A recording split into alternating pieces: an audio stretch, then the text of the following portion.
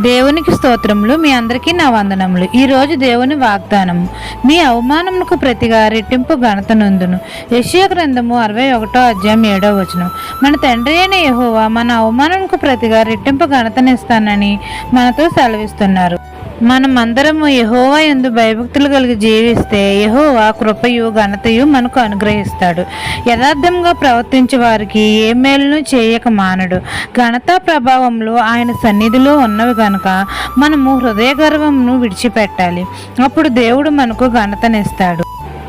దేవుని యందు భయభక్తులు కలిగి క్రమంగాను మర్యాదగాను మనం నడుచుకోవాలి. అప్పుడు దేవుడు రెట్టింపు ఘనతనిస్తాడు. దేవుని గద్దింపును లక్ష్య పెట్టువాడు ఘనత నొందుతాడు. నీతి వలన నిత్యము మన కొమ్ము ఘనత నుండి హెచ్చించబడుతుంది.